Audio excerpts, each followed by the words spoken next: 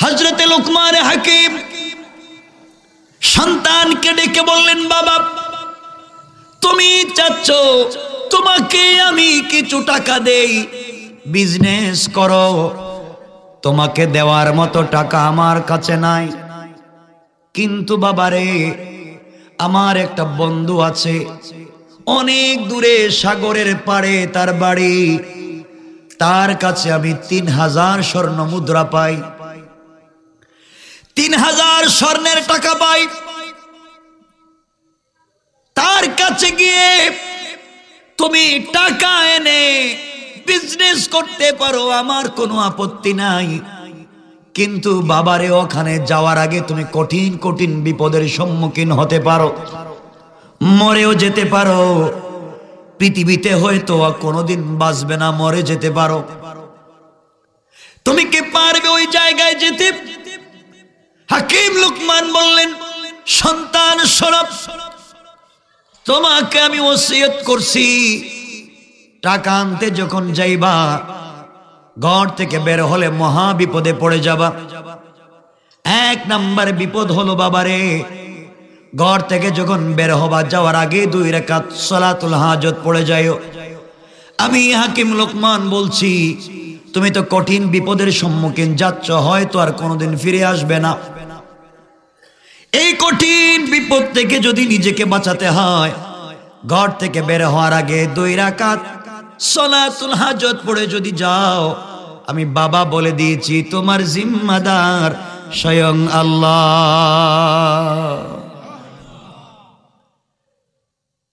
লুকমান হাকিমের সন্তান ঘর থেকে বের হলেন। বাবা বললেন, বাবারে, ঘর থেকে বের হয়ে রাস্তায় যাওয়ার পরে মরুভূমি দিয়ে তোমাকে হাঁটা লাগবে, কিছু দূর হাঁটতে হাঁটতে মধ্যাহ্ন বেলা হয়ে যাবে, তোমার ঠান্ডা পানির তৃষ্ণা লাগবে, তোমার কাছে কোনো ঠান্ডা পানি থাকবে না, কারণ তোমার লুঠায়, তোমার কাছে বেগে, পাত্রে, বোতলে যে পানি আছে, ওই পানি ঠান্ডা থাকবে না। মরুভূমিতে চলতে চলতে পানিটাও পর্যন্ত গরম হয়ে যাবে, ওই পানি পান করলে তোমার তৃষ্ণা নিবারণ হবে না। তুমি যখন মরুভূমিতে পরিশান হয়ে যাবে, এদিক সেদিক ছুটাছুটি করবে, জিহ্বা যেন বের হয়ে যায়, পানির তৃষ্ণায় তুমি মরে যাও। এই পর্যায়ে পৌঁছে গেলে বাবা, তুমি আল্লাহর উপরে ভরসা করে যেখানে সুযোগ পাইবা 2 রাকাত সালাতুল হাজত পড়ে নিবা। সালাতুল হাজত পড়ে সালাম ফিরায়া বাম দিকে তাকাবা, বাম দিকে তাকায়া দেখবা একটা জঙ্গল দেখা যায়। বাবারে, মরুভূমিতে কোনো জঙ্গল নাই। তুমি যে 2 রাকাত হাজতের সালাত পড়বে, আল্লাহ এই বরকতে তোমার পাশে একটা জঙ্গল তৈরি করবেন। 1 টাইম তুমি ওই জঙ্গলের ভিতরে ঢুকবে, ঢুকে দেখবে একটা স্বচ্ছ শক্ত পাথর থেকে ঝর্ণার মতো ঠান্ডা পানি পড়ে যায়। সুবহানাল্লাহ বললেন না? ওই জায়গায় গিয়ে নিজের মতো করে ঠান্ডা পানি পান করবে, আর তোমার বোতলে যেই পানি আছে চেঞ্জ করে তুমি ঠান্ডা পানি নিয়ে নিবে। এরপরে পথ চলা শুরু করবে, পিছনে তাকায়া দেখবে জঙ্গল আর নাই, ঠান্ডা পানি পান করবা বেশি করে, করলে তোমার ক্লান্তি চলে আসবে। ক্লান্তি যখন চলে আসবে, ঘুমের প্রয়োজন, বিশ্রামের প্রয়োজন। মরুভূমিতে কোনো গাছ নাই, যেখানে তুমি বিশ্রাম নিবা, তুমি যখন পাগলের মতো দৌড়াবা, হঠাৎ করে দেখবা মরুভূমির মধ্যখানে একটা বট গাছ দেখা যায়। বাবা, ওই গাছের ছায়া বড় মিষ্টি, বড় মধুর ছায়া। তোমাকে সাবধান করে দিলাম, ওই গাছের ছায়ায় তুমি বসবা না। যদি বসো, তোমার জন্য কঠিন বিপদ হয়ে যাবে। অবশ্যই তুমি গাছের ছায়াকে এড়িয়ে তুমি চলবা। আর বাবা, আরেকটা কথা বলে দিই, যদি তুমি দেখো গাছের গোড়ার মধ্যে কোন মুরব্বী বসে আছেন, বৃদ্ধ লোক, তোমার সঙ্গে যদি কোনোভাবেই তার সাক্ষাৎ হয়ে যায়, সে যদি তোমাকে কাছে টেনে নিয়ে যায়, সে যদি তোমাকে বসতে বলে বসবা, ওই মুরব্বী তোমাকে যত কথা বলে তুমি মানবা। কারণ আমার বিশ্বাস সেই গাছের গোড়ায় বসা যে মুরব্বী থাকবে, বৃদ্ধ লোক, সে তোমাকে কোনোদিন বিপদে ফেলে দেবে না, বরং তোমার সকল বিপদে সহযোগিতা করবে। বাবারে, তুমি ওখান থেকে চলে যাওয়ার পথে চেষ্টা করবা এই বৃদ্ধ লোকটাকে যদি গাছের গোড়ায় পেয়ে যাও, তুমি তাকে সফরের সঙ্গী বানিয়ে দেবা। চলতে চলতে দীর্ঘ পথ যাওয়ার পরে সুন্দর একটা গ্রাম তুমি পেয়ে যাবা। ওই গ্রামে ঢুকে আমার পরিচয় দিবা, আমি লোকমান হাকিমের ছেলে।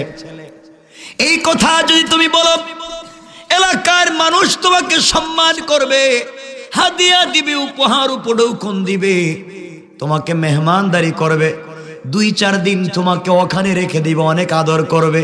কিন্তু বাবারে, 2-3 দিন থাকতে গেলে বিশ্বের সব থেকে সুন্দরী একটা মেয়ে ওই গ্রামের ভিতরে আছে। এলাকার মানুষ মিলে ওই মেয়েটাকে তোমার কাছে বিয়ে দিতে চাইবে।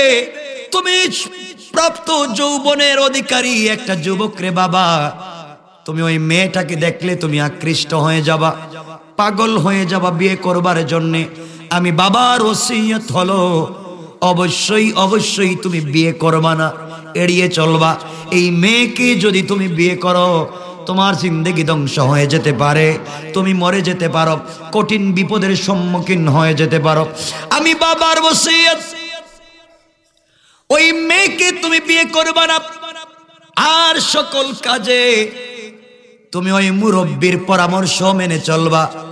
গ্রাম থেকে যখন চলে যাইবা, কিছু দূর যাওয়ার পরে সাগরের পাড় দেখবা। ওই পাড়ের মধ্যে আমার বন্ধু থাকে, তার কাছে গিয়ে আমার কাছে আমি পাওনা টাকা তার কাছে বললে তোমাকে টাকা দিবে। কিন্তু বাবারে, আমার ওই বন্ধু টাকা দিতে গেলে একটা শর্ত আছে। শর্ত হলো তার সঙ্গে একটা রাত্র যাপন করা লাগে। কিন্তু ওই জায়গায় আমার ভয়, তুমি গেলে টাকা খুঁজলেই বলবে আমার কাছে 1 রাত্র থাকতে হবে।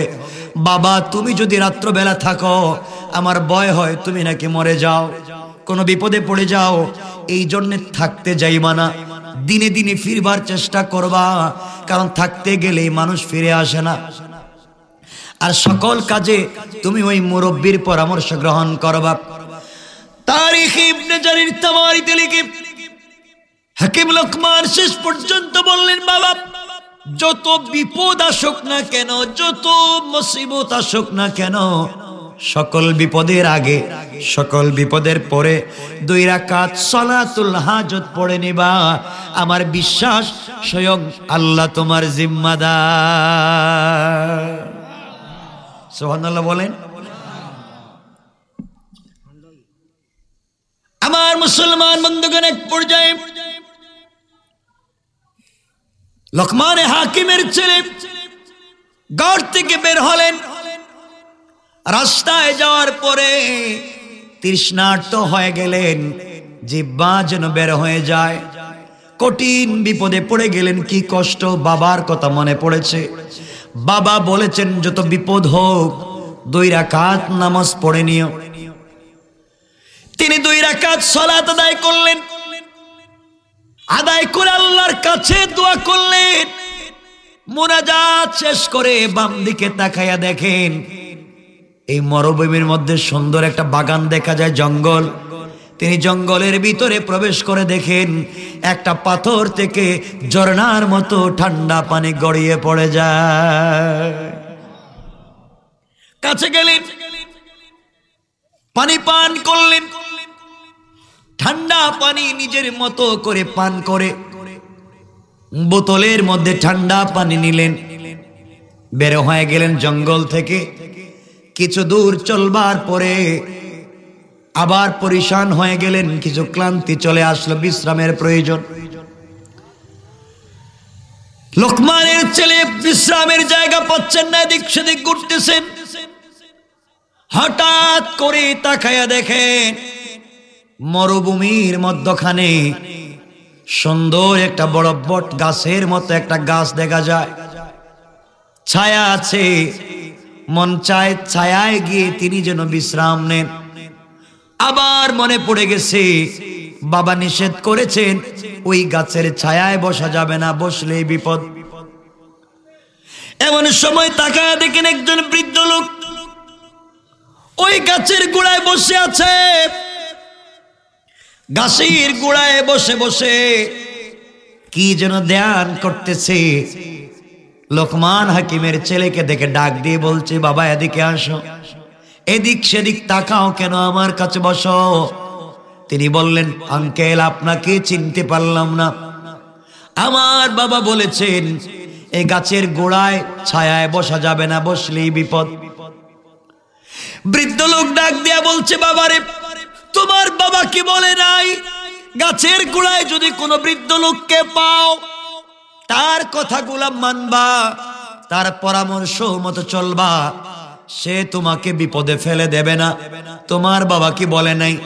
লোকমান হাকিমের ছেলে বলছেন, আঙ্কেল বাবা তো বলেছেন। তাহলে তুমি আসো, আমার কাছে এসে বসো, গাছের গোড়ায় বসো, তুমি বিপদে পড়বে না, আমি তোমাকে সাপোর্ট দেব।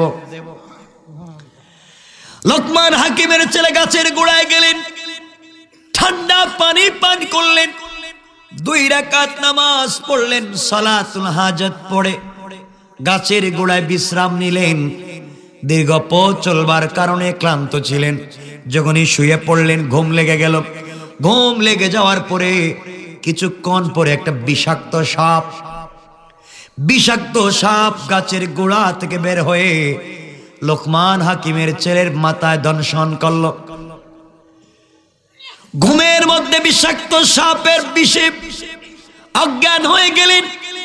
এই বৃদ্ধ লোকটা দেখলেন আমার কথায় লোকটা গাছের গোড়ায় বসেছে, কঠিন বিপদ হয়েছে। তার বাবাই তো বলেছিল বসলে বিপদ, কঠিন বিপদ হয়ে গেছে, আমাকে কিছু করা লাগবে। তিনি সাপটাকে ধরলেন, ধরে সাপটাকে ডেকে বললেন, সাপরে যেদিকে বিষ দিয়েছিল ওখান থেকে বিষটা টেনে নিয়ে যা।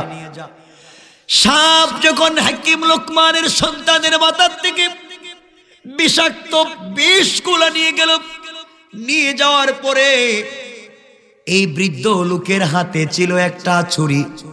এই ছুরি দিয়া সাপটাকে দ্বিখণ্ডিত করে দিলেন, 2 টুকরা করে দিলেন। 1 টুকরা রাস্তায় ফেলে দিলেন, ওই জায়গায় রেখে দিলেন। আরেক টুকরা তিনি রেখে দিলেন লোকমান হাকিমের সন্তানের ব্যাগে। আমার মুসলমান বন্ধুগণ, রেখে দেওয়ার পরে কিছুক্ষণ পরে লোকমান হাকিমের সন্তানের ঘুম ভেঙে গেল। ঘুম ভেঙে যাওয়ার পরে তিনি ভয় পেয়ে গেলেন, অর্ধেক সাপ দেখে চিল্লাতে শুরু করলেন।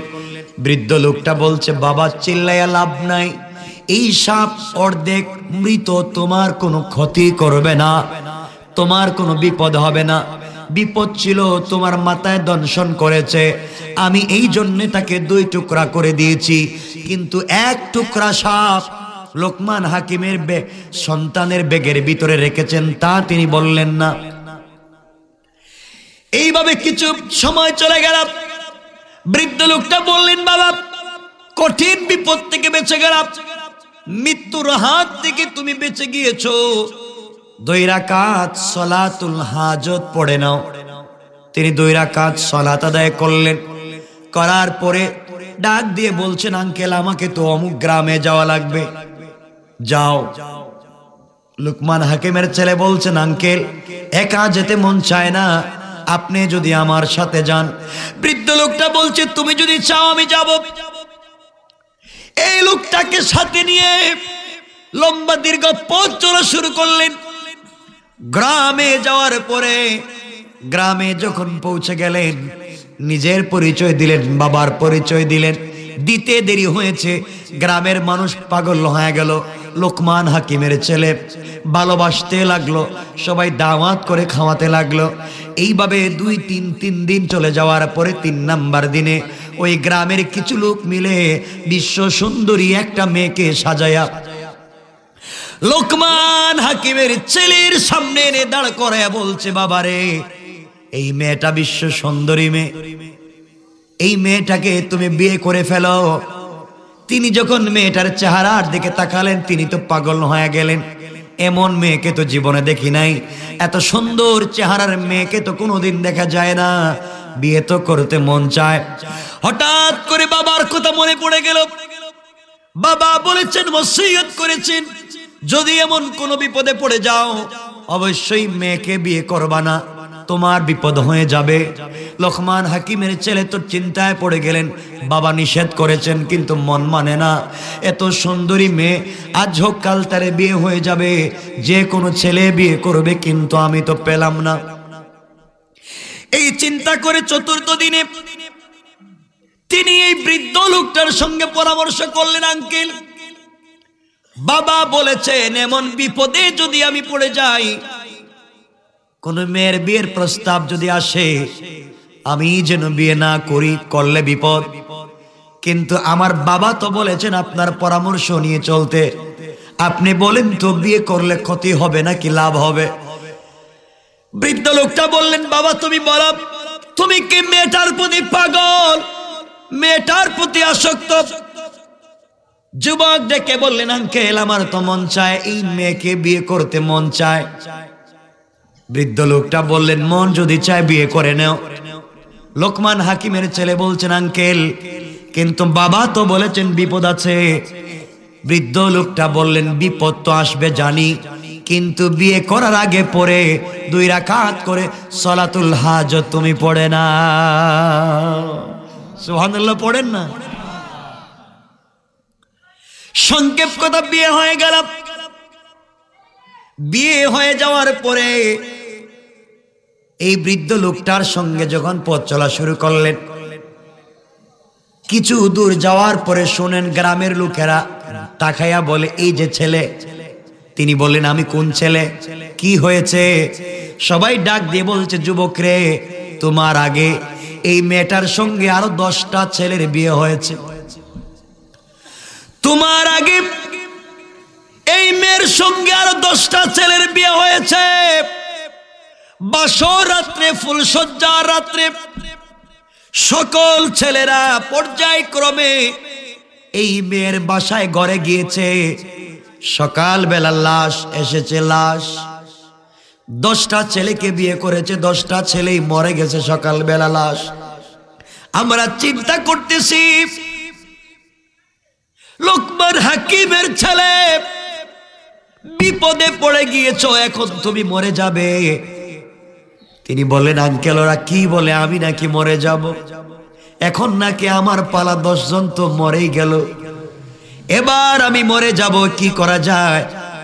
বৃদ্ধ লোকটা বলছেন, বাবা আজকে ফুলসজ্জার রাত্রে যাওয়ার আগে 2 রাকাত নামাজ পড়বা এবং আমি যা বলি তুমি তাই শুনবা। পরিষ্কার হয়ে গেল, এই মেয়েটাকে যেই বিয়ে করে সেই মরে যায়। ফুলসজ্জা রাত্রে হাকিম লোকমানের ছেলে এই বৃদ্ধ লোকটার সঙ্গে বাহিরে দাঁড়িয়ে আছেন। মেয়েটা খবর দিল, আমার স্বামীকে বলো ঘরে আসতে। এদিকে ডুম যারা ছিল তারা তো দাঁড়িয়ে আছে সকালবেলা লাশ নেওয়ার জন্যে। আমার বন্ধুগণ, হাকিম লোকমানের ছেলে বলতেছেন, আঙ্কেল নিস্তার নাই, রাত্রবেলা তো মরে যাব, আমার খবর বাবার কাছে পৌঁছে দিও। বাবা বলেছিলেন বিয়ে না করতে, ওসিয়ত মানি নাই, বিপদে পড়ে গিয়েছি, কিন্তু মনে আছে বাবা বলছেন যত বিপদ হোক 2 রাকাত নামাজ পড়তে। আমি পড়ে নিচ্ছি, কি করা যায়? 2 রাকাত নামাজ শেষ করলেন। বৃদ্ধ লোকটা বলছে, বাবা তাহলে শোনো, আজকে ফুলসজ্জা রাত্রে, বাসর রাত্রে তুমি যখন তোমার স্ত্রীর ঘরে যাইবা, যাওয়ার পরে খুনসুটি করতে পারো, কথাবার্তা বলতে পারো, পরিচয় হতে পারো, অবশ্যই মেলামেশা করবা না। আমি তোমাকে যা বলি তুমি তাই শোনো। কথাবার্তা বলার এক পর্যায়ে মেয়েটা চাইবে তোমার সঙ্গে মেলামেশা করতে, তুমি সুযোগ দিবা না। সুযোগ না দিয়ে আমি তোমাকে বলছি, এক পর্যায়ে মেয়েটাকে বলবা একটা পাত্র দাও, বদনা দাও, আমি জরুরতের জন্য বাহিরে যাব।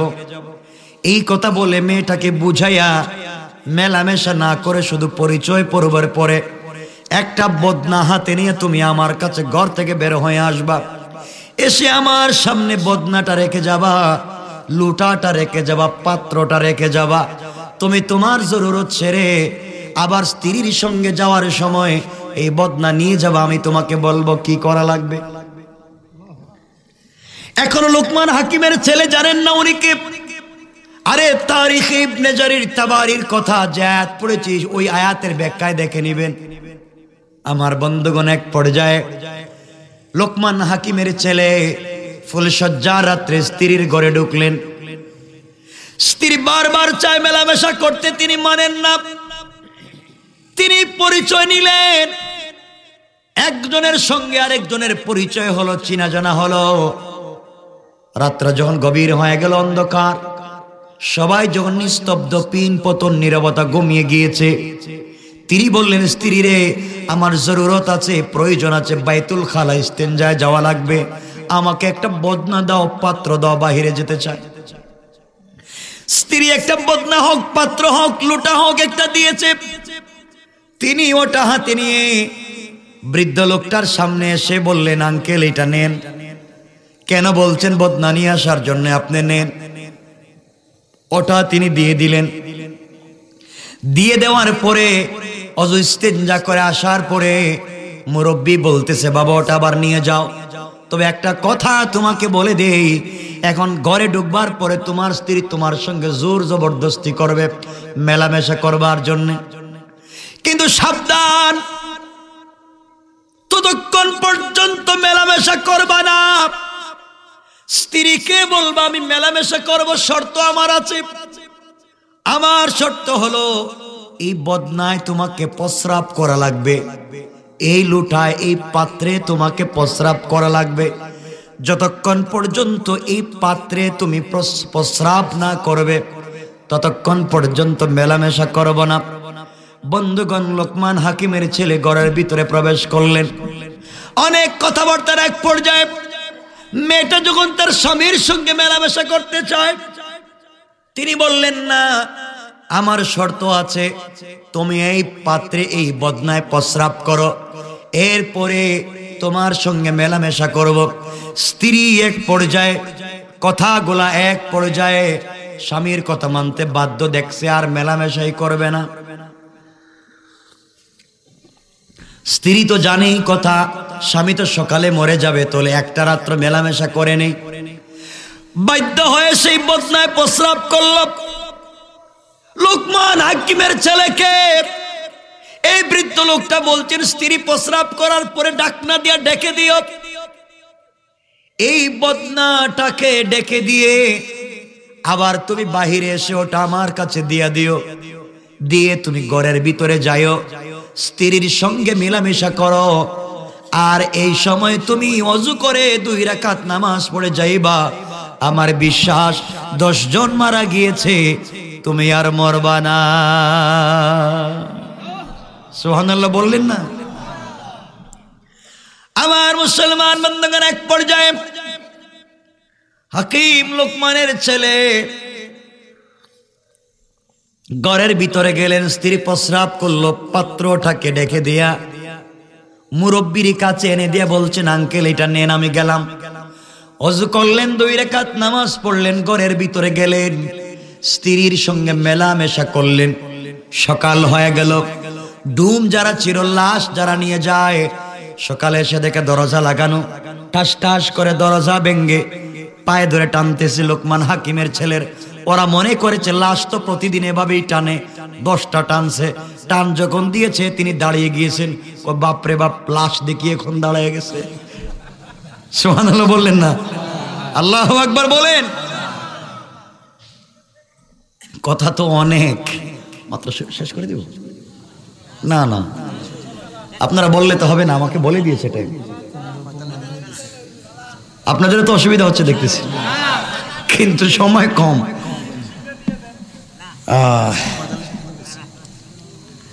আমার বন্ধুগণ শুনেন, কথা অনেক লম্বা। হ্যাঁ, অসুবিধা হচ্ছে? আমার মুসলমান বন্ধুগণ, এক পর্যায়ে এক পর্যায়ে তিনি দাঁড়িয়ে বললেন, কি ব্যাপার তোমরা আমার পায়ে ধরে টানো কেন? কয় তুমি কি মরো নাই? কয় আমি কেন মরে যাব? কয় 10 জনই তো মরছে, আমরা মনে করছি মরে গেছো। ওরা ভাবছে এটা মানুষ না, এটা জিন্নাত ভূত, দৌড় দিছে ভাগছে।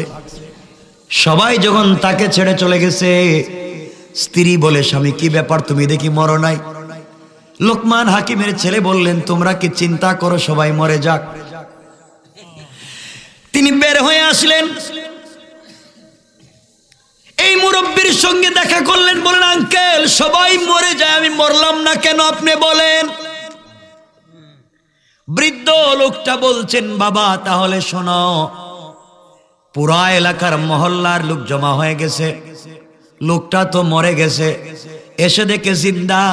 কেউ বলে লোকমান হাকিমের ছেলে হয়তো হেকমত কইরা বাইচা গেছে, নাইলে তো বাঁচতে পারার কথা না, বাঁচলো কেমনে? এই মেয়ের হাতে 10 জন ছেলে খুন হলো, সে কেমনে বাঁচলো? তিনি তো নিজেও জানেন না কেমনে কি হলো। এক পর্যায়ে মুরব্বী বলতেছেন, বাবা শোনো, ঘটনা শোনো, তুমি কেমনে বেঁচে গেলা?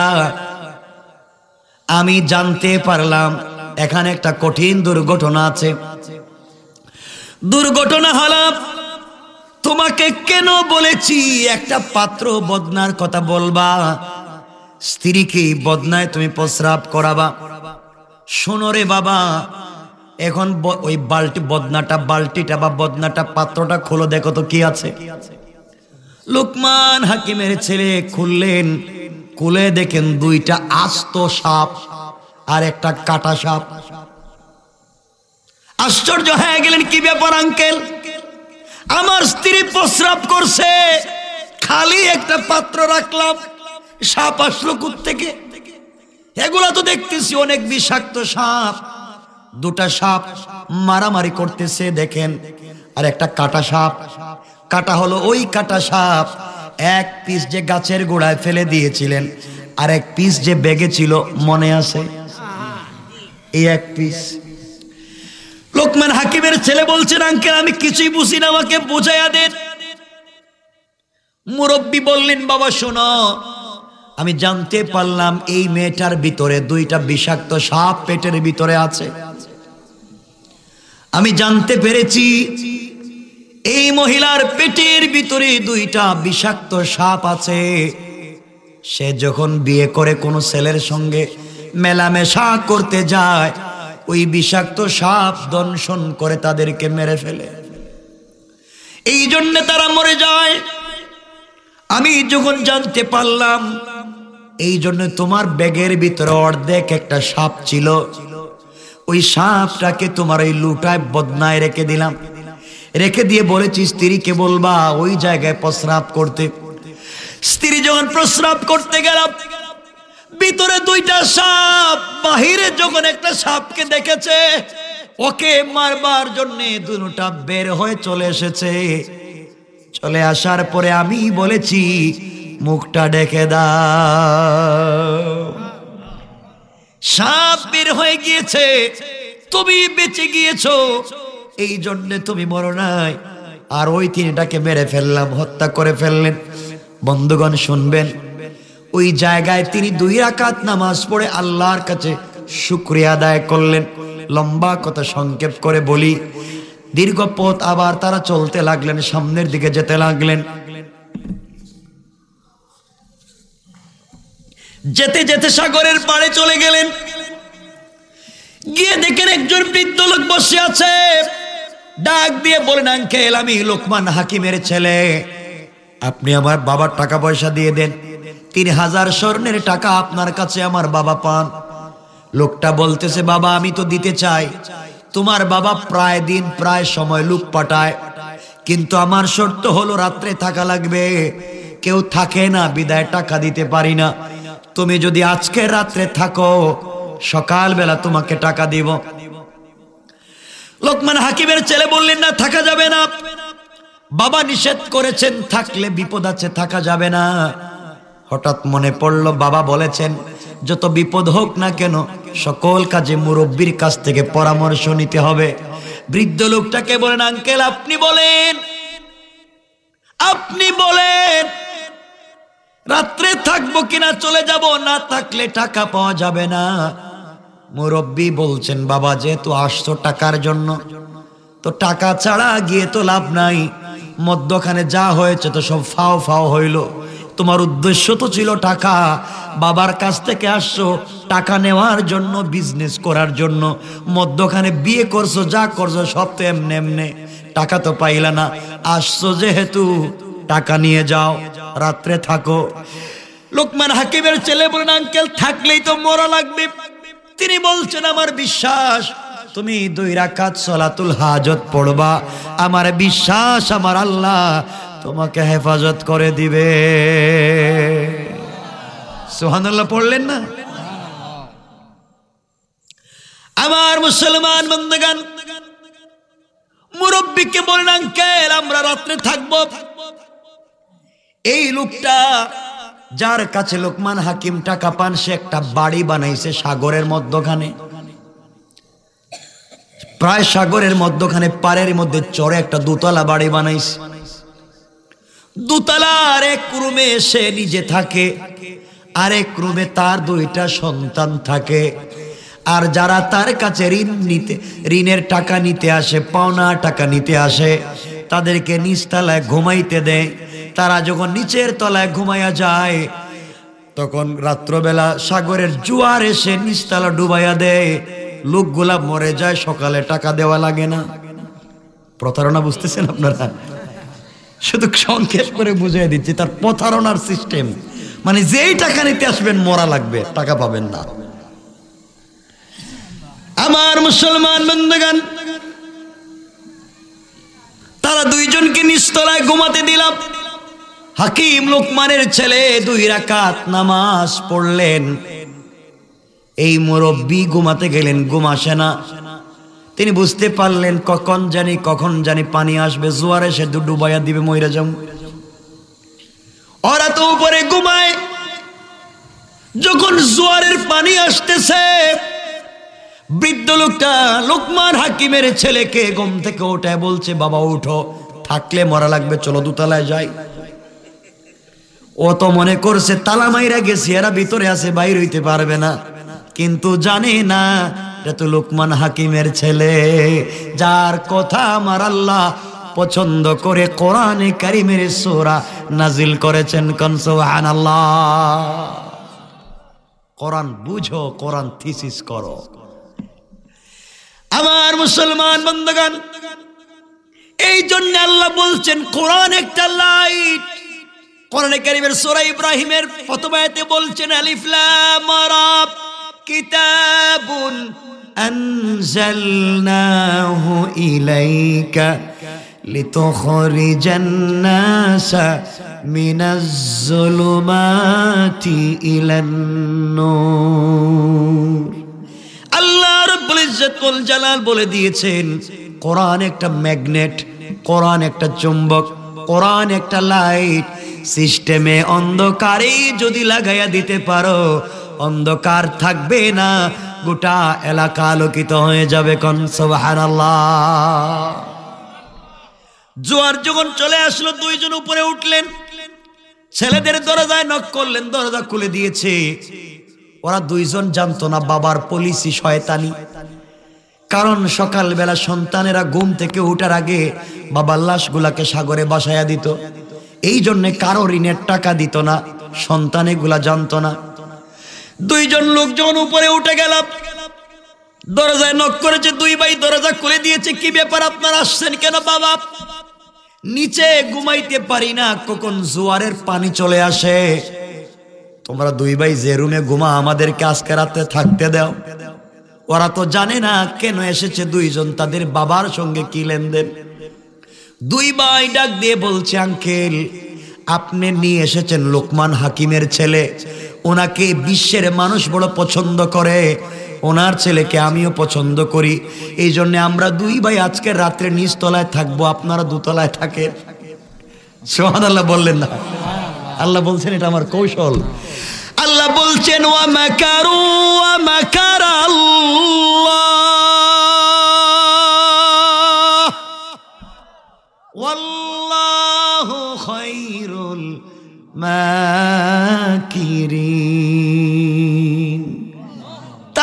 যত কৌশল করেছে কোরআনওয়ালা ইসলামওয়ালা তাওহীদওয়ালাকে ধ্বংস করে দিতে, তারা জানে না আমি আল্লাহর কৌশল তো আরো বড়। কোন সুবহানাল্লাহ। কোরআন পড়ো, কোরআনটা পড়ো, কিসের ভয়? আমার বন্ধুগণ, এক পর্যায়ে ওই লোকটার দুই ছেলে নিচতলায় ঘুমিয়ে গেল, আর তারা দুইজন দোতলায় ঘুমাতে লাগলেন। গভীর রাত্রে জোয়ার আসছে, দুই ভাই ঘুমের মধ্যে মইরা গেছে।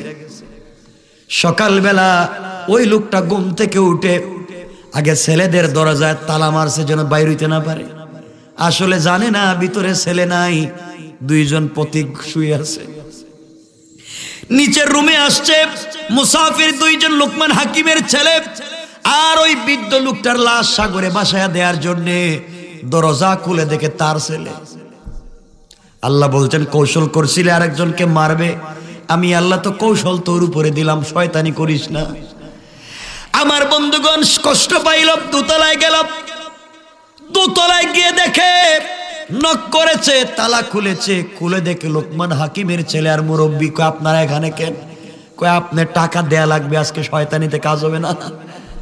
ছেলেও দুইটা গেছে, টাকাও দেওয়া লাগবে, সব শয়তানি বুঝে ফেলছি। বিপদে পড়ে গেছে, দেখছে সারা জিন্দেগি ঠকাইলাম, একদিন তো ধরা পড়ে গেলাম। এই জন্যে পাবলিককে ঠকাবেন না, হুজুরদেরকে গালি দিবেন না, আলেম ওলামার বিরুদ্ধে আন্দোলন করবেন না। আল্লাহ যেদিন ধরবেন তো আর ছেড়ে দিবেন না। কথা বুঝেন আমার? টাকা নিলেন, টাকা ঠিক মতো 3000 স্বর্ণ মুদ্রা দিল। নেমে আসলেন, 2 রাকাত সালাতুল হাজতের নামাজ পড়লেন। রাস্তায় আসার পরে মুরব্বী বলতেছেন, বাবা চলে যাও বাড়িতে, আমি আর তোমার সঙ্গে যাব না। তোমার রাস্তার সফরের জন্য আমি তোমার সহযোগী ছিলাম, আমি আর যাব না। এখন তুমি একা একা চলে যাওয়ার কথা হলো, রাস্তায় যা পাইলা আমি তো তোমাকে সহযোগিতা করলাম, কি তুমি নিবা কি আমাকে দিবা, বাট করো। লোকমান হাকিমের ছেলে বলেন, আঙ্কেল আপনাকে পেয়ে তো আমি বেঁচে গেলাম, সকল কাজে আপনি সহযোগিতা করেছেন, 3000 স্বর্ণ মুদ্রা আপনি নিয়ে নেন, আমি আমার বউ নিয়ে বাড়িতে যাই। আমি শুধু আমার বউ নিয়ে বাড়িতে গেলেই চলবে, আপনি টাকাটা নেন।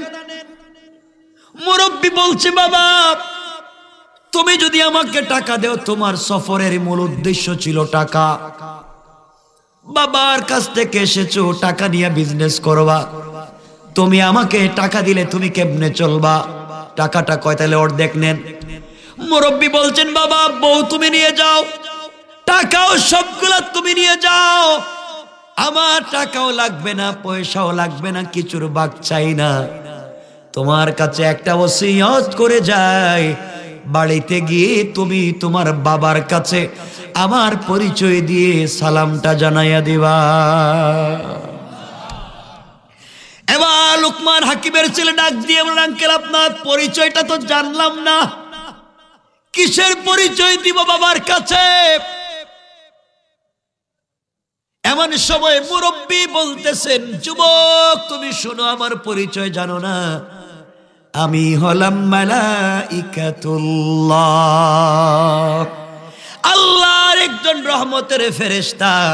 তুমি যে ঘর থেকে বের হওয়ার সময় 2 রাকাত সালাতুল হাজত পড়েছিলে, আল্লাহ আমাকে তোমার পাহারাদারির জন্য নিযুক্ত করেছিলেন, আর তোমার বাবা দোয়া করেছিলেন এই যেন ফেরেশতাটা মানুষের সুরত ধরে তোমাকে হেফাজত করে। এই জন্যে পুরা রাস্তা তোমার 2 রাকাত সালাতুল হাজতের বিনিময়ে আমি পুরা রাস্তা তোমার জিম্মাদার হয়ে গিয়েছিলাম। কোন সুবহানাল্লাহ। বুঝাতেই চাইছিলাম এর ফজিলত, বুঝতে পারতেছেন আমার কথা? সুতরাং তুমি তোমার বাবার কাছে গিয়ে আমার পরিচয় দিবে। তুমি যে নামাজ পড়ে বের হয়েছিলে, আল্লাহ তোমাকে বাঁচাবার জন্য একজন ফেরেশতা পাঠিয়েছিলেন, আমি তোমাকে বাঁচিয়েছি। এই কথাই তো আমার আল্লাহ আমার তেলাওয়াতকৃত আলোচ্য আয়াতের 3 নম্বর শব্দে বললেন, গোলাম ওয়াল্লাযীনা ইয়াবিতুনা লিরাব্বিহিম সুজদাও ওয়া কিয়ামা। বিপদ যখন চলে আসবে, সমস্যায় যখন পড়ে যাইবা, সিজদা করবা আল্লাহর পায়ে, রুকু করবা আল্লাহর পায়ে। আমার বন্ধুগণ, লম্বা ঘটনা। এখন লোকমান হাকিমের ছেলে বাড়িতে আসবেন, মধ্যখানে কি ঘটবে তা বলার দরকার নাই, কারণ সময় কমে গেছে, তা বলা যাবে না। কি কয়? আর না না, আরে না, 15 মিনিট বেশি হয়ে গেছে কেন? আমার ভাই গেল কই? হ্যাঁ না, আজকের আর বলা যাবে না। এই জন্য 1 নাম্বার গুণ বলেছিলাম, অহংকার করা যাবে না। 2 নাম্বার গুণ গালি দেওয়া যাবে না। 3 নাম্বার গুণ রুকু সিজদা কার পায়ে? 4 নাম্বার গুণ আমার আল্লাহ বলছেন, ওয়াল্লাযীনা ইয়াকুলুনা রাব্বানা ইসরিফ আন্না আযাব জাহান্নাম ইন্না আযাবাহা কানা গারামা। আল্লাহ রাব্বুল ইজ্জত ওয়াল জালাল বলেছেন, গোলাম রে, 4 নাম্বার গুণ হলো সাকারাত শুরু হয়ে যাওয়ার আগে, গারগারা শুরু হয়ে যাওয়ার আগে, কবরে চলে যাওয়ার আগে, আজরাইল ধরে ফেলবার আগে, মালাকুল মউত চলে আসবার আগে, জীবনের গুনার জন্য আমার কাছে তওবা কর। তোর গুনাহ যদি 100 বছরের ভিতরে 99 বছর 11 মাস 29 দিন গুনাহ করিস, আর একটা রাত্রে মাফ চাস, আমি কথা দিলাম রে গোলাম, এই এক রাত্রের তওবার কারণে আমি তোর 100 বছরের গুনাহকে মাফ করে দিলাম। সুবহানাল্লাহ পড়েন। আর লম্বা করবো না। আর ভাই বলছিল 11:30 হয়ে গেছে, তো এখন 12:30, আর দরকার নেই। না এখন বললে তো ওই যে লোক এখন এটা, তাহলে আপনারা বসেন, 2 মিনিট বসেন, উঠেন না, বসেন। এখন উঠলে কিন্তু রেখা দিব, বসেন। দেরি হয়ে গেছে, কিছু করার নাই। রাস্তায় ছিল প্রচন্ড জ্যাম। আমার বন্ধুগণ, লোকমান হাকিমের ছেলের কথা বলতেছিলাম। এখন আসেন 4 নাম্বার গুণ, যত বড় অপরাধী হন মাফ করবেন কে? সবাই বলেন না, আল্লাহ। আর এই 4 গুণ যদি অর্জন করেন, 1 নাম্বার অহংকার করা যাবে, 2 নাম্বার গালি দেওয়া যাবে, 3 নাম্বার রুকু সিজদা কার পায়ে, 4 নাম্বার তওবা করবেন কার কাছে? আল্লাহ বলছেন 4 গুণ অর্জন করো, ফাদাখালাল জান্নাতা বিসালাম, মরো তো দারুস সালাম নামক জান্নাতে যাও। সুবহানাল্লাহ বললেন না? এখন আপনাদেরকে বুঝাইয়া দেই দারুস সালাম কয়েক মিনিটে, শুধু বুঝেন। আর বেশি বললে তো হার্ট অ্যাটাক করবেন। আপনারা হাজার প্রোগ্রাম ইন্টারনেটে আমার দেখবেন, আমি তো আজকে কিছুই বলি নাই, একবারে কিছুই না, সোজা সাজা ওয়াজ করতেছি, সাদা মাটা কথা শোনেন। আমার মুসলমান বন্ধুগণ, এই দারুস সালাম কি, এই 4 গুণ অর্জন করে কি দারুস সালামে যাইতে চান? একটু হাত উঠে বলেন কারা কারা যাইতে চান না। ওরে আল্লাহ রে আল্লাহ, এত ওয়াজ করলাম কেন? যাইতে চায় না মনে হইতেছে। যাইতে চাচ্ছেন না আপনারা? তাহলে হাত উঠাইলেন যে, ঠান্ডার জন্য না? আমরা যাইতে চাই কি চাই না? সবাই জুড়ে বলে লাগবে, যাইতে চাই কি চাই না? চান? তাইলে শোনেন, এই দারুস সালামটা কি বুঝাইয়া দিই, যাইবেন তো পরে, আমল করেন তো যাইবেন, দারুস সালামটা বুঝাইয়া দিই। আর এটা কোন জান্নাত? যে জান্নাতে নিজে আল্লাহ গাছ লাগাইছেন, গাছ নিজের হাতে। আরে আল্লাহ তো নিজের কুদরতের হাত দিয়ে গাছ লাগাইছেন তোমার আর আমার জন্য। কিয়ামতের কঠিন ময়দানে হিসাব নিকাশের পরে জান্নাতীরা যখন জান্নাতে চলে যাবে, জাহান্নামীরা যখন জাহান্নামে চলে যাবে, কথাগুলা দিল দিয়া শোনো কয়েক মিনিট। এমন সময় জান্নাতীদেরকে আল্লাহ সম্বোধন করে বলবেন, জান্নাতীরা বলো, আমি আল্লাহ কোরআনে কারিমে জান্নাতের বর্ণনা দিতে গিয়ে যত নাজ নেয়ামতের কথা বলেছিলাম, জান্নাতে আসার পরে কি তোমরা তা পেয়েছো? সমস্ত জান্নাতের এক বাক্যে বলবে, আল্লাহ তাআলা আপনি কোরআনে যত নিয়ামতের কথা বর্ণনা করেছে, জান্নাতে আসার পরে তার চাইতে 97 গুণ বেশি পেয়েছি। সুবহানাল্লাহ, তো আসতে বলেন আল্লাহু আকবার। কত গুণ বেশি? আল্লাহ ডাক দিয়ে বলবেন জান্নাতীরা আর কিছু চাবে কি, মনে কি চায় আর কিছু চাও? জান্নাতীরা বলবে আল্লাহ আপনি কি বলেন, 97 গুণ বেশি পাইছি, যা চাই নাই তাই পাইছি, এখন আবার কি চাইবো? আল্লাহ বলবেন খুঁজে দেখো আর কিছু চাওয়ার আসেনি। সাধারণ জান্নাতীরা জবাব দিতে পারবে না, কারণ সাধারণ জান্নাতীরা দুনিয়ায় ইবাদত করে জান্নাত পাওয়ার জন্য, তারা তো জান্নাত পাইছে আর কি চায়? সাধারণ জান্নাতীরা জবাব দিবে না।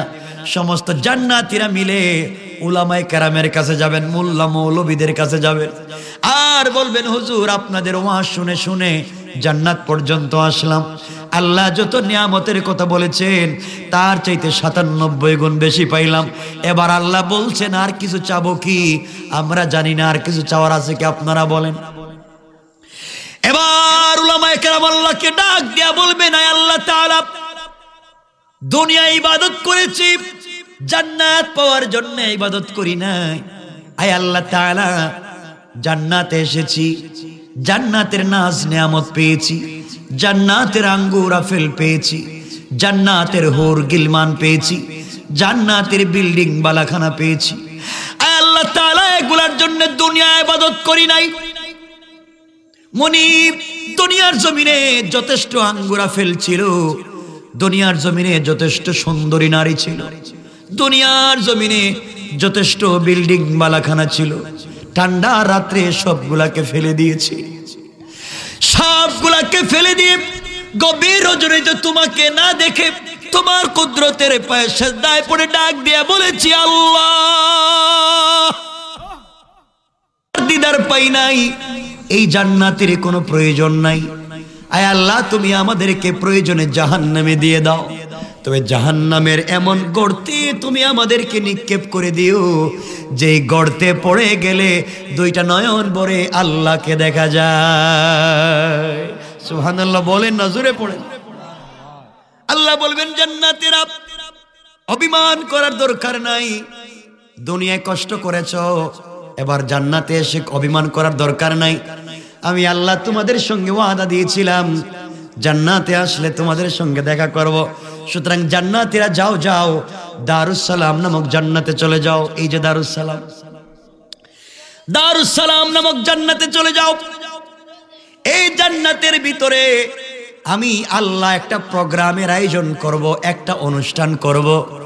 এই অনুষ্ঠানে আমি আল্লাহ হামদ পরিবেশন করার জন্য ইনভাইট করব ইসরাফিল আলাইহিস সালামকে, বিশেষ অতিথি হিসাবে দাওয়াত করব পয়গম্বর দাউদ আলাইহিস সালামকে, প্রধান অতিথি হিসাবে দাওয়াত করব আমার নবী আপনার নবী বিশ্ব নবীর মুহাম্মদ রাসূলুল্লাহকে, আর সভাপতিত্ব করবেন স্বয়ং আল্লাহ। কি হবে জান্নাতের কন্ডিশন? সভাপতি স্বয়ং আল্লাহ। আল্লাহ বলবেন জান্নাতের ওই জান্নাতে যাও, দারুস সালাম নামক জান্নাতে যাও। সমস্ত জান্নাতীরা দারুস সালাম নামক জান্নাতে পৌঁছে যাবে। আল্লাহ সবাইকে বসার জন্য এক একটা চেয়ার দিবেন। এটা কাঠের কোনো চেয়ার না, প্লাস্টিকের কোনো চেয়ার না, এটা হবে হীরা জবরজত ইয়াকুত আর মণি মুক্তা পাথর দিয়ে তৈরি করা এক একটা চেয়ার, জমিন থেকে আকাশ পর্যন্ত উঁচা। সকল জান্নাতীরা আপন আপন চেয়ারে বসে থাকবে। এমন সময় আমার আল্লাহ সমস্ত অতিথিরা আপন আপন চেয়ারে বসে থাকবে। লক্ষাধিক আম্বিয়া কেরাম স্টেজে বসা, শুধু সভাপতির চেয়ার খালি।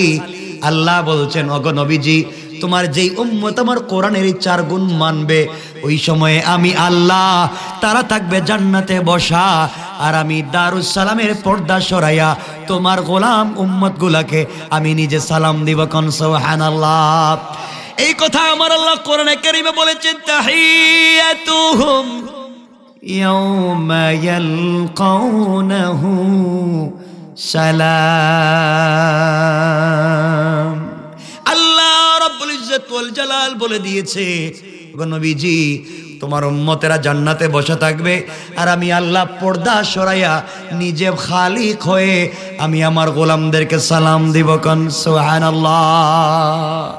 সালাম দিবেন কে? স্বয়ং আল্লাহ আপনাকে এই 4 গুণ মানেন তো আল্লাহ নিজে আপনাকে সালাম দিবেন। আমার বন্ধুগণ, আল্লাহ সালাম দিয়ে সভাপতির আসনে বসে যাবেন। আল্লাহকে জীবনে দেখছেন কোনোদিন?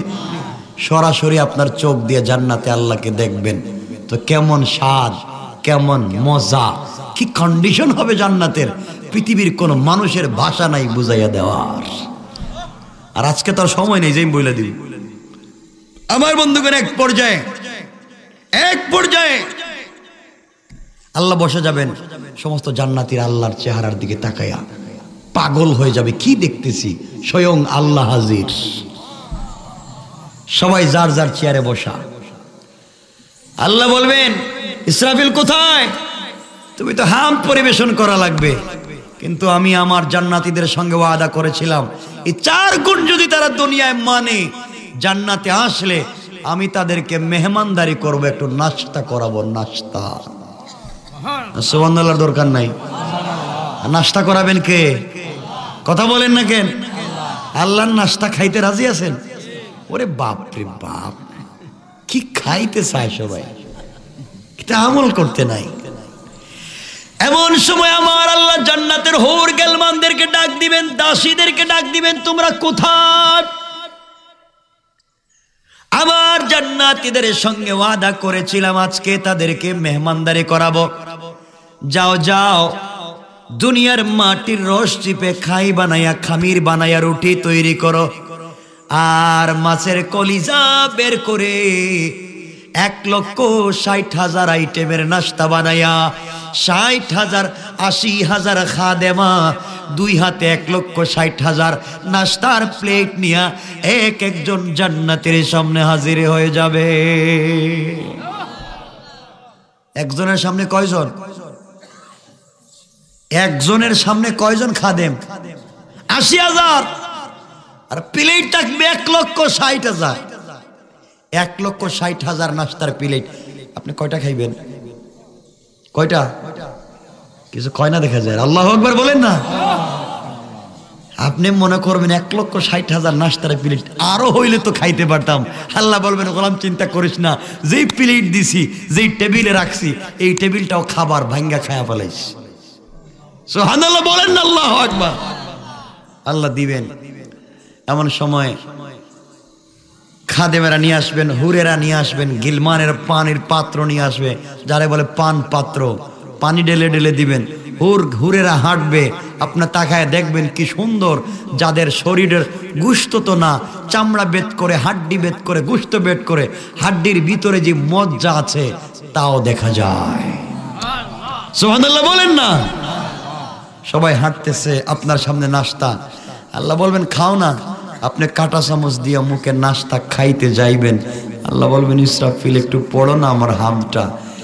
ইসরাফিল দাঁড়িয়ে যাবেন, আর আল্লাহর হাম পরিবেশন যখন মধুর কণ্ঠে শুরু করে দিবে, জান্নাতীরা তখন প্লেট রাইখা দিবে, দাঁড়াইয়া চিৎকার করে বলবে, আল্লাহ তাআলা নাস্তা দরকার নাই, তোমার ইসরাফিল যেই মধুর কণ্ঠে হাম পরিবেশন করলো, আয় আল্লাহ দুনিয়ায় কত কারির তেলাওয়াত শুনলাম, কারি আব্দুল বাসেত, আব্দুল সত্তার, আয় আল্লাহ তাআলা তো মধুর কণ্ঠে শুনি না, এই বন্ধ কইরেন না, চলতে থাকো, কারা চলো। আল্লাহ বলবেন, ও জান্নাতীরা, এর চাইতে মধুর কণ্ঠে কোরআন তেলাওয়াত শুনতে চাও কি? জান্নাতীরা বলবে, আল্লাহ এর চাইতে মধুর কণ্ঠ আছে কি জানি না। আল্লাহ বলবেন, আজকের বিশেষ অতিথি পয়গম্বর দাউদ আপনি দাঁড়ায়া যান, আর আমার কোরআন থেকে সূরা তাহা তেলাওয়াত করেন। কান সুবহানাল্লাহ। আল্লাহর পয়গম্বর দাউদ দাঁড়ায়া দাঁড়ায়া কোরআন থেকে যখন সূরা তাহা তেলাওয়াত শুরু করবে, এমন সময় জান্নাতীরা তাকাইয়া দেখবে দাউদ নবীর একটা কণ্ঠ থেকে 70 প্রকারের মধুর আওয়াজ শোনা যায়। আল্লাহু আকবার। জান্নাতীরা পাগল হয়ে যাবে, জান্নাতের ভিতর লাফাইতে লাগবে, আয় আল্লাহ কি শুনাইলেন, কলিজা বের হয়ে যায়, দিল তো মানে না। একজন মানুষের কণ্ঠ থেকে 70 প্রকারের আওয়াজ। চিন্তা করেন, আল্লাহ বলবেন জান্নাতীরা কি চাও? জান্নাতীরা বলবে আল্লাহ তোমার দাওয়াত পড়তেই থাকো, আর কিচ্ছু লাগবে না, 1000 বছর যাক। আল্লাহ বলবেন এর চাইতে মধুর কণ্ঠে কোরআন তেলাওয়াত শুনতে চাও কি? আল্লাহু আকবার। জান্নাতীরা বলবে আয় আল্লাহ তাআলা এর চাইতে মধুর কণ্ঠ আছে কি জানি না। আল্লাহ বলবেন আমার কোরআনের জন্য ইসরাফিল কষ্ট করে নাই, আমার কোরআনের জন্য দাউদ কষ্ট করে নাই, আমার কোরআনের জন্য যেই নবী দান শহীদ করেছেন, তায়েফে 3 বার রক্ত দিয়েছেন, আজকের প্রধান অতিথি বিশ্ব নবী দাঁড়ায়া এই মুহূর্তে কোরআন থেকে সূরা ইয়াসিন তেলাওয়াত করে শোনাবেন। কোন সুবহানাল্লাহ। এবার বিশ্ব নবী দাঁড়িয়ে যাবেন আর কোরআন থেকে সূরা ইয়াসিন যখন তেলাওয়াত শুরু করবেন, জান্নাতীরা তাকায়া দেখবে দাউদ নবীর কণ্ঠের চাইতে আমাদের নবীর তেলাওয়াত আরো কোটি কোটি গুণ বেশি মধুর শোনা যায়। জান্নাতীরা বলবে আল্লাহ তাআলা এই তেলাওয়াত তো কলিজায় মানে না, কি শোনাইলা? আয় আল্লাহ বিশ্ব নবীর তেলাওয়াতকে বন্ধ করে দিও না। আল্লাহ বলবেন জান্নাতীদের চাইতে মধুর কণ্ঠে শুনতে চাও কি? জান্নাতীরা বলবে আল্লাহ এর চাইতে মধুর কণ্ঠ আছে কি জানি না। আল্লাহ বলবেন শোনো, এতদিন তোমরা আমার কোরআনকারী আব্দুল খালেক, আব্দুল সত্তার, উবাইদুল্লাহর কণ্ঠে শুনেছো, আমার কোরআন শুনেছো দাউদের কণ্ঠে, আমার কোরআন শুনেছো মুহাম্মদের কণ্ঠে, আমি আল্লাহর কণ্ঠে আমার কোরআন তেলাওয়াত শোনো নাই। এই মুহূর্তে আমি আল্লাহ তোমাদের সামনে আমার কোরআন থেকে সূরা রহমান তেলাওয়াত করে শোনাতে চাই। কে করবেন তেলাওয়াত? কে করবে না? জোরে কোন কে? আর সামনের দিকে যেতে চাই না, আল্লাহর তিলাওয়াতের আইকা দিলাম। আল্লাহ তিলাওয়াত করলে জান্নাতের কন্ডিশন কি হবে, আমরা আল্লাহর কাছে কি আবদার করব? এভাবে কত বছর যাবে, আমাদের বউয়ের আল্লাহর কাছে চিঠি লিখবে, চিরকুট লিখবে, স্লিপ লিখবে, দরখাস্ত লিখবে, আল্লাহ আমাদের স্বামীদেরকে কই নিছেন, এরা তো আমাদেরকে ভুল লেগেছে। এরপরে কি ঘটবে এটা তো মহা এক আলোচনা। আর সামনের দিকে যেতে চাই না, এখানেই রেখে দিলাম। আমার জন্য দোয়া চাই, আপনাদের জন্য দিল থেকে দোয়া থাকলো।